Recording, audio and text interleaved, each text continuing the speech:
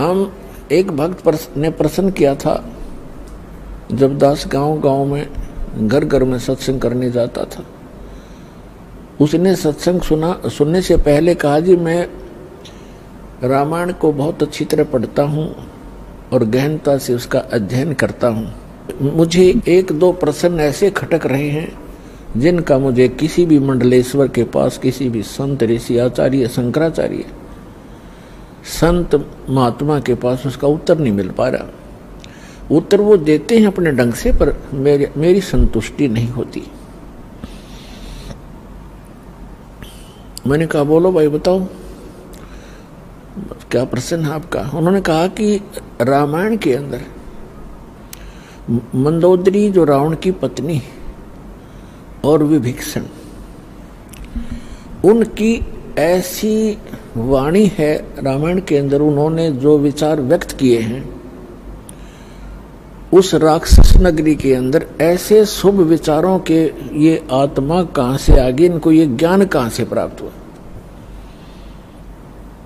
मंदोदरी कितना समझाती है, विभीषण भी बहुत अच्छे वचन कहता अपने भाई को। ये विचार उनके पास कहां से आ गए, और पूरे श्रीलंका के अंदर कोई बोलनिया नहीं था। और दूसरा वो ये कह रहा था कि जैसे हम सुनते हैं कि समुद्र के ऊपर पुल बनाया, कोई कभी तो हम किसी से सुनते हैं कि श्री रामचंद्र जी ने पत्थर तरा दिए, फिर हम ये भी पढ़ते हैं कि श्री रामचंद्र जी ने 3 दिन तक घुटनों पानी में समुद्र में खड़ा होकर के याद प्रार्थना करते रहे, अग्निबाण से फूंकना चाहा। फिर उन्होंने कहा कि नल नील आपके यहाँ ऐसे भक्त हैं जिनके हाथों में ऐसी करामात है, उनके हाथों से पत्थर भी नहीं डूबते। और नल नील ने पत्थर तरा दिए। कोई कहता है श्री हनुमान जी ने राम नाम लिख दिया पत्थरों पर, वो हल्के हो गए, तैरने लग गए। ये बिना सिर पैर की बात है। मुझे कोई संतुष्टि नहीं मिल रही। मैंने बहुतों से प्रश्न कर लिया, वो भले ही अपनी तरफ से उत्तर देने की चेष्टा करते हैं। मैंने उससे कहा कि पुण्यात्मा, मुझे भी पहला ऐसा हिंदू भक्त मिला है जो ऐसा प्रश्न करने वाला हो, अपने सदग्रंथों में जिसको शंका हो और उसका समाधान ना हो पा रहा हो। अन्य श्रद्धालु तो कोई तो कहीं फंस गए हैं, कोई राधा स्वामी कहीं चले गए, कोई किसी के, कोई सच्चा शब्द सरसा। उन्होंने रामायण आदि पढ़ने की आवश्यकता नहीं महसूस हो रही। और शेष जो श्रद्धालु वो ब्लाइंड फेथ किए बैठे अपने गुरुओं पर। और एक आप हो जो ऐसी बात कही है जो प्रत्येक ने इस पर विवेचन करना चाहिए था। और इसके लिए यदि मैं आपको उत्तर दूंगा अभी, तो आपकी बुद्धि कैच नहीं कर सकती, क्योंकि आप बालक हो। अभी तो आप इस अध्यात्म मार्ग में प्रथम कक्षा के विद्यार्थी भी नहीं हो। तो सबसे पहले आपने सृष्टि रचना सुनना पड़ेगा। अब रात्रि में मैं सत्संग करूंगा, आप सत्संग सुनना, और वो आपके प्रश्नों का उत्तर उसमें मिलेगा। दास ने पहले मौखिक सृष्टि रचना सुनाई और उसको ऐसा लगा जैसे ये दंत कथा, लोक वेद बनावटी सी कहानी है। फिर दास ने सुनाया ये जो उसके प्रश्न का उत्तर था। तो उसकी वो कथा आपको भी सुनाता हूं। जिस समय परमात्मा स्वयं मुनिंदर नाम से प्रकट थे, उस समय श्रीलंका के अंदर एक चंद्र विजय नाम का एक भाट था। भाट आपको पता होगा, जो राजाओं के घरों में जाते थे, बड़े बड़े नवाबों के घर जाते थे, उनकी प्रशंसा के पुल बांधा करते थे, उनको कथा कहानी सुनाया करते थे, उनको चुटकुले सुनाकर उनकी महिमा के पुल बांधकर प्रसन्न करके उनसे कुछ रोजी रोटी प्राप्त करते रहते थे। वो चंद्र विजय नाम का एक भाट था। उसके घर में पुत्र पुत्रियां और पुत्र वधू कुल मिलाकर 16 सदस्य थे। परमात्मा कहते हैं, सो छलछीदर मैं करूं अपने जन के काज, गोता मारूं स्वर्ग में जा बैठूं पाताल। गरीबदास जी वर्णन कर रहे हैं परमात्मा की महिमा को। गरीबदास ढूंढता फिरूं अपने हीरे मोती लाल। तो परमात्मा एक साधु रूप में चंद्र विजय जिस रास्ते से सुबह सुबह सैर सपट्टे को जाता था, उस मार्ग में एक वृक्ष के नीचे बैठ के, और पुण्यात्मा भक्त का एक विशेष लक्षण होता है कि साधु संत दिखाई देते उसकी आत्मा अपने आप आकर्षित हो जाती है। वो उसका सौभाग्य या दुर्भाग्य, वो असली है या नकली, लेकिन वो असली मानकर ही पहुंच जाता है। तो परमात्मा भी कहते हैं कबीर साहब के, साधु दर्शन राम का, साधु दर्शन राम का, मुख पे बसे सुहाग, और दर्श उन्हीं को होत हैं जिनके पूर्ण भाग। कबीरा दर्शन संत के, परमात्मा आवे याद, और लेखे में वही समय, बाकी का समय बर्बाद। अब जो ही चंद्र विजय अपने निर्धारित समय पर सुबह सुबह बाहर निकला, घूमने के लिए गया, फ्रेश होने के लिए गया। जाते समय देखा कि साधु बैठा है अपना। वापस आते समय उन्होंने चरणों में प्रणाम किया और कहा, महात्मा जी दास का यह मकान है, छोटा सा झोंपड़ा है, दर्शन दो भगवान, कुछ आहार करो, हमारा भी उद्धार करो। परमात्मा तो गए उसी विषय में थे। परमात्मा ने कहा कि भाई मैं ऐसा वैसा संत नहीं हूं, मेरे कुछ नियम हैं, मर्यादाएं हैं, उनको यदि तू पालन करेगा तो मैं चल सकता हूं तेरे घर पे।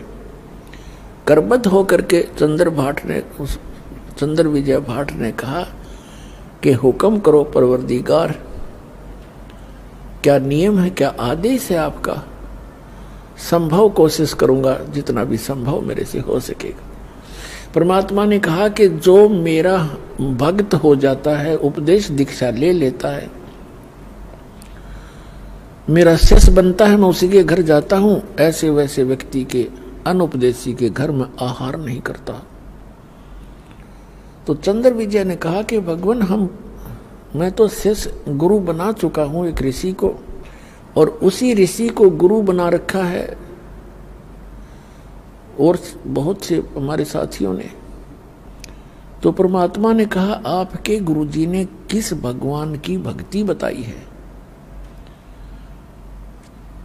अब चंद्र विजय कहता है कि और भगवान कौन है? शिव जी, शंकर भगवान ही तो है सर्वेश्वर, और हमारे राजा भी भगवान शंकर के ही उपासक हैं। फिर परमात्मा ने उसको कहा कि भाई तुम सभी भ्रमित हो, ये शंकर भगवान नहीं है, ये एक देव है, और ये 3 देव एक जैसी ही शक्ति वाले हैं। श्री ब्रह्मा जी रजगुण, श्री विष्णु जी सतगुण, श्री शंकर जी तमोगुण।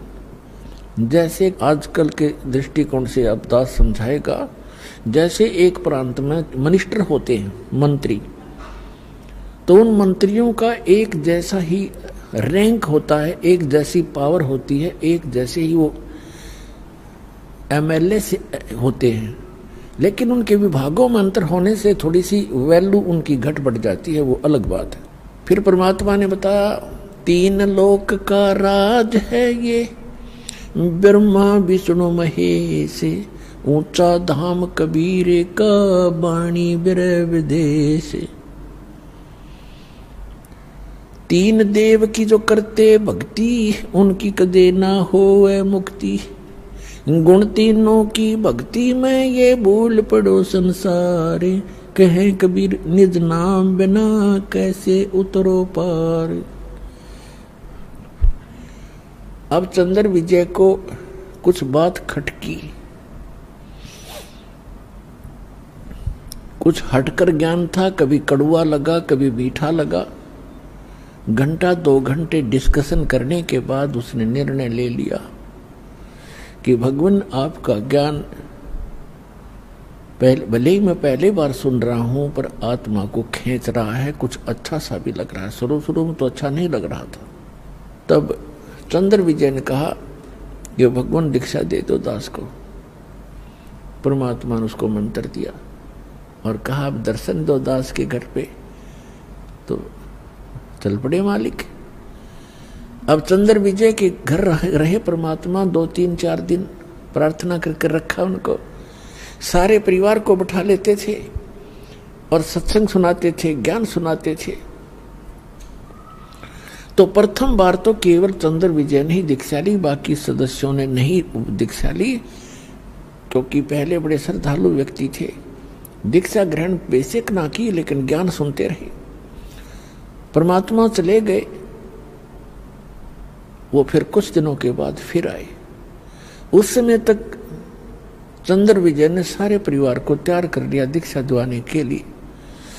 परमात्मा आए, पीछे उन्होंने सब ज्ञान पर डिस्कस किया और सब ने स्वीकार किया कि बात सारी सत्य है और समर्थ हैं ये संत, इनके दर्शन से ही आत्मा प्रसन्न होती है।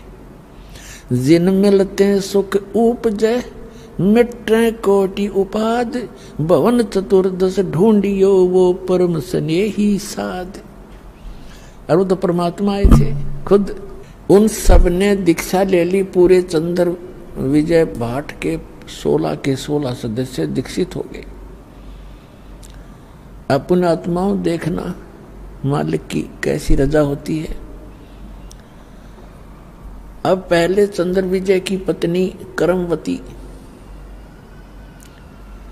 प्रतिदिन मंदोदरी के पास जाती थी, 1-2 घंटा उसका मनोरंजन करवाया करती थी।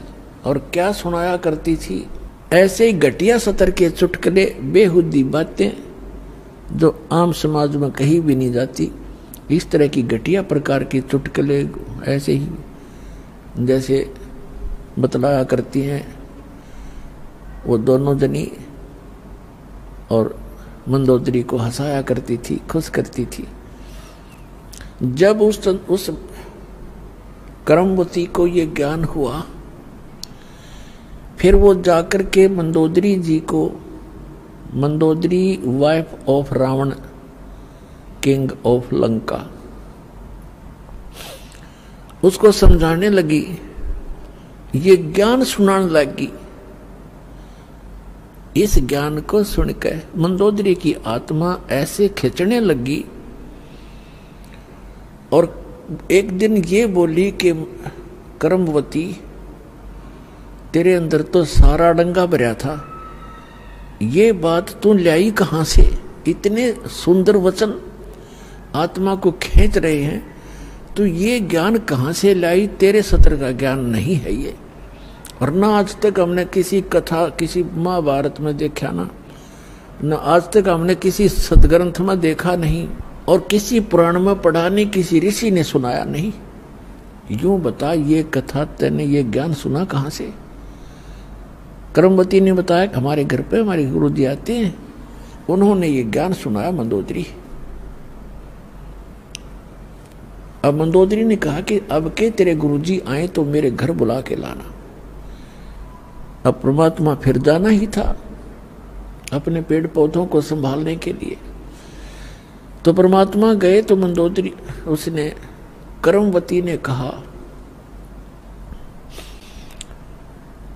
करमवती ने अपने गुरुदेव से कहा कि गुरुवर, हमारे राजा की रानी को मैंने आपका ज्ञान सुनाया, वो बड़ी प्रभावित हुई और वो आपका दर्शन करना चाहती है। उसने कहा है कि आप एक बार अपने गुरु जी को बुला लाओ। परमात्मा कहने लगे, बेटा, रावण जो है एक बहुत अहंकारी व्यक्ति है, और वहां यदि मैं जाऊंगा और वो इंसल्ट कर देगा और उधर से अपनी पत्नी को कहेगा तू क्यों बुला तूने ऐसे गैर पुरुष को, तो बेटा उसके जीने भी समस्या हो जाएगी। और यदि उसको आवश्यकता है तो यहां आ जाएगी। अब कर्मवती के सामने धर्म संकट और राज संकट दोनों खड़े हो गए। धर्म संकट तो ये हो गया कि गुरुजी ने कह दिया, मैं दोबारा कहूं कैसे। और राज संकट ये खड़ा हो गया कि मंदोदरी मेरी महारानी है और उसको यूं कैसे कहूं कि ये जवाब मिल गया। फिर भी परमात्मा ने हिम्मत दी, वो जाकर कहने लगी कि मंदोदरी हमारे गुरुजी आए हैं और मेरी अर्ज है महारानी कि संतों को बुलाना नहीं चाहिए, साधु संतों का स्वयं जाकर दर्शन करना चाहिए। और यदि मैं प्रार्थना करूंगी ज्यादा और वो आ भी गए और उन्होंने आप पर रजा बख्शी नहीं तो बात नहीं बनेगी। उन्होंने, हमारे गुरुदेव जी ने आपके घराने से बना कर दिया और ये कहा है कि यदि उसको गरज है तो मेरे पास आ जाएगी। तो मंदोदरी कहने लगी, बहन मैं चलूंगी, मैं खुद चलूंगी, मुझे गरज है भगवान की। वो उस अपने नौकरानी के घर आगी रानी परमात्मा के चरणों में मत्था टेक दिया और ज्ञान ग्रहण किया, दीक्षा प्राप्त की। क्योंकि कर्मवती ज्ञान से पहले काफी परिचित हो चुकी थी और उसने मंदोदरी को बहुत कुछ ज्ञान सुना दिया था। मंदोदरी परमेश्वर मुनिंदर जी की शिष्या बन गई। फिर वो अपने पति रावण से ये कथा ज्ञान सुनाने लगी। रावण कहने लगा, तेरी बुद्धि चल चुकी है, तेरे को किसी गलत व्यक्ति ऋषि ने बहका दिया है। भगवान शंकर से ऊपर कोई शक्ति है, देख मेरे कैसे ठाठ कर रखे, कैसी मेरे को सिद्धियां दे रखी है, सारी सोने की लंका बना ली है। ए मूर्ख औरत, तू अब भी नहीं समझ पाई, किसके चक्कर में फंस गई। मंदोदरी कहने लगी, रावण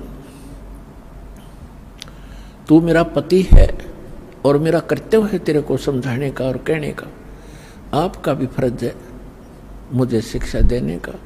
लेकिन जो ज्ञान मेरे समझ में आया है ये ज्ञान उत्तम है और अपने जो शंकर भगवान है ये समर शक्ति नहीं है।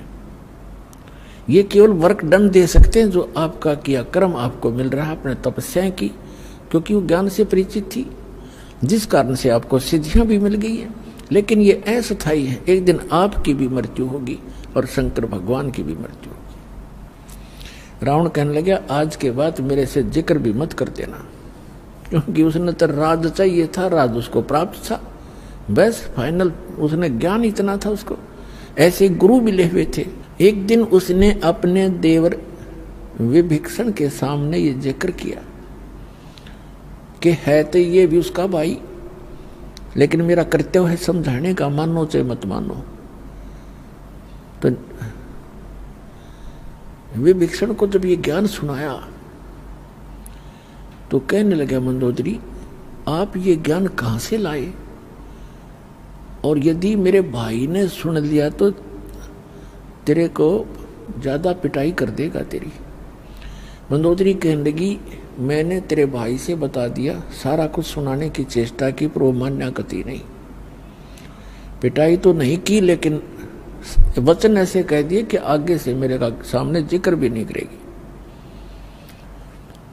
तो विभीषण कहने लगा कि आपको कहां से ज्ञान प्राप्त हुआ कि मैंने गुरु बना लिए। एक महापुरुष आते हैं चंद्र विजय भाट के घर पे, मैं वहां दीक्षा लेकर आई हूं। विभीषण कहने लगा, इतना उत्तम ज्ञान और आपने मुझे पीछे क्यों छोड़ दिया, मुझे भी दीक्षा दिला दो। तो विभीषण ने भी परमेश्वर मुनिंदर जी से दीक्षा ग्रहण की। अपने आत्माओं कुछ समय के उपरांत श्री रामचंद्र जी वनवास काट रहे थे और साथ में उनकी पत्नी धर्मपत्नी सीता जी और उनके छोटे भाई भी साथ थे। तो रावण ने सीता का अपहरण कर लिया, अपने नौलखे बाग में उसको बंदी बना दिया, कैद कर लिया और उसको तरह तरह की यातनाएं दी और अपनी पत्नी बनाने की भी कुचेष्टा की, लेकिन वो सती परमात्मा की शक्ति कुछ उसके साथ थी। रावण सफल नहीं हुआ। रावण को कुछ ऐसा श्राप लगा हुआ था जिस कारण से उसका धर्म पतिव्रता का बचा रहा। फिर भी उसकी कुचेष्टा जारी रही। मंदोदरी को भी पता था इस बात का। मंदोदरी भी समझाया करती थी कि आप ऐसी गलती मत करो। महापुरुष का परमात्मा ने, परमेश्वर ने, कबीर परमेश्वर से मंदोदरी ने प्रार्थना की कि हे गुरुवर, मेरे पति किसी औरत को उठा लाए और पता नहीं वो कौन है, वो बहुत ही सुंदर है और मेरे पति की नीयत खराब है और पुण्यात्मा एक औरत कभी पसंद नहीं करती उसका पति कोई गलती करे। इस कारण से उन्होंने परमात्मा से प्रार्थना की। परमेश्वर ने कहा बेटा ये आम औरत नहीं है और रावण इसमें अपनी कुचेष्टा में सफल नहीं हो पाएगा, तू चिंता ना कर। फिर भी मैं बताता हूं बेटा, उसको कह दे तेरे पति को कि इस देवी को लौटा दे, इसी में इसकी खैर है। ये आम औरत नहीं है, ये लक्ष्मी अवतार है और श्री विष्णु श्री राम रूप में अपने कर्माधार से यहाँ वनवास प्राप्त किए हुए थे। राजा दशरथ के घर उनका जन्म है और वो दोनों भाई जंगल के अंदर भटक रहे हैं, इसकी खोज कर रहे हैं और वो यहाँ तक पहुंचे भी गए। एक दिन सेना भी लेकर आएंगे, युद्ध भी होगा, या तो ये इसको सहर्ष अब लौटा कर अपनी अक्षमा याचना कर ले तो इसकी जान बच सकती है, तेरा सुहाग रह सकता है। अब मंदोदरी जी अपने गुरुदेव के एक एक वचन को फाइनल मानती थी कि जो ये कहते हैं सारी सत्य है, क्योंकि वो तो भगवान भी थे। रावण को जाके मंदोदरी ने कहा कि आप इस देवी को लौटा दो, ये आम औरत नहीं है, ये इस भगवान विष्णु की पत्नी समझो, लक्ष्मी जी आई हुई है और श्री विष्णु जी ही श्री रामचंद्र रूप में जो इनके पति हैं वो जंगल में घूम रहे हैं, इसकी खोज कर रहे हैं। आप इसको लौटा दो और अक्षमा याचना कर लो। रावण ये बात सुनकर ऐसा क्रोधित हो गया, कहने लगा ये मूर्ख औरत, तेरा दिमाग खराब है। एक दो मांसाहारी मस्करे जंगल में फिरते हैं तीर लिए, उनसे मुझे डराती है। मेरे 1 लाख पुत्र हैं, 1.25 लाख मेरे नाती हैं, मेघनाथ और जैसे मेरे पुत्र हैं, कुंभकर्ण जैसे मेरे भाई हैं, तो किससे मुझे डराती है। 1-2 व्यक्ति जंगल में फिर रहे हैं और माफी मांगने की कहती है, क्षमा याचना करने कहती, तेरी बुद्धि चल गई है, बहुत कुछ खरी खोटी कही। अब मंदोदरी को अपने गुरुदेव की बात पर फाइनल विश्वास था, अटल विश्वास था कि न जो बोला सही है। तब परमात्मा से उन्होंने फिर स्वयं प्रयत्न किया। उधर से सीता जी की खोज करते करते हनुमान जी ने वो सुराग लगा ही लिया था कि रावण के बाग में, 9 बाग में वो बैठी है, कैद है। फिर वो तैयारी हो रही थी उधर से सेना की। रावण के पास भी संदेश से आ चुके थे कि आप ये लौटा दो। जैसे अंगद जैसे दूत बनकर भी आ लिए थे और इसने अपनी सारा कुछ कर लिया था। अंगद का पैर भी नहीं हिला था उससे, उसके महाबलियों से। फिर भी बुद्धि काम ना करे थी, क्योंकि रावण इतना तगड़ा बताया है सूक्ष्म वेद में परमात्मा ने कि एक समय में 100 मटके तो दारू के पिया करता, शराब के, और 100 जोटियां का मांस खाया करता। वो तरह जो और ब्राह्मण था, एक भैंसे का मांस खाने लगे जैसे खाते होंगे जितने, मेरे ख्याल में 100 आदमी नहीं खा सकते वर्तमान के। और उस समय 100 मटके दारू के, एक मटका भी बड्डे होंगे उनके उस समय के थे। अभी 15-20 लीटर का तो एक घड़ा होता ही होता है। 100 मटके दारू के एक बार पिया करता और 100 जोटियां का मांस, भैंसों का मांस खाता था। इतना तगड़ा बलशाली। सतयुग में 100 फुट की हाइट होती थी मानव की, मनुष्य की, और त्रेता में 80-70 फुट की हाइट होती थी। ये शेड का बिचला सिरा 45 फुट है, हिसाब लगा लो कितना ऊंचा दिखा आपने। इसे 25 फुट और ऊपर जाइए, इतने लंबे, और फिर चौड़ाई से पैरेलल होगी इसकी। तो बुद्धि भ्रष्टता खा पी कर, दारू शराब पी कर, खा कर मांस राक्षस जैसी बुद्धि होगी, और सच्चाई पर विचार करना बंद कर दिया। तो उसकी पत्नी ने देखा, परमात्मा ने बताया है कि तेरा सुहाग उजड़ेगा या तो इसे न मना ले। तब एक दिन मंदोदरी ने भगवान से कहा, गुरुदेव आप कृपा करो, एक बार आप समझा दो मेरे पति देव को, और यदि वो आपकी बात नहीं मानेगा तो मैं उसे न मराए मान लूंगी। आज से ही मैं अपने आप को विधवा समझ लूंगी अगर आपकी बात नहीं मानी उसने। आप नहीं जाओगे दाता तो मेरी आत्मा में तड़फ बनी रहेगी कि शायद गुरु जी कह देते तो मान जाते। अब उस समय, जिस समय ये उसको पता लग गया था रावण को कि सेना बाहर भी इकट्ठी हो रही है और कभी भी आपके साथ कोई गलत घटना घट सकती है, इसलिए वो गुप्त मीटिंग कर रहा था सभी अपने मंत्री महामंत्रियों के साथ, और सभी अपने पुत्र सभी रिश्तेदारों को इकट्ठा कर रखा था। गुप्त मीटिंग चल रही थी। परमात्मा वहां पहुंच गए एक साधु रूप में, और वहां गेट के ऊपर खड़ा था गेट कीपर पहरेदार। उससे जाकर कहा कि भाई मुझे राजा रावण से मिलना है, मेरा संदेशा भिजवा दो, मैं उससे मिलना चाहता हूं।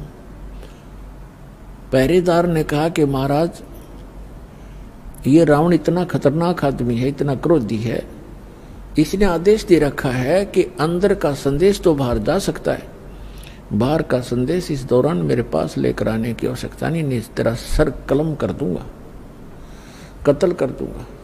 तो महाराज मैं बेबस हूं। अब उस समय संतों से भी डर लगता था, क्योंकि वो कोई वचन कुवचन बोल देते थे जो हानि कर देता था। तो परमात्मा समझ गए कि इसके बस की बात नहीं, अपनी व्यवस्था ये सही जाहिर कर रहा है। तो परमात्मा वहां अंतर ध्यान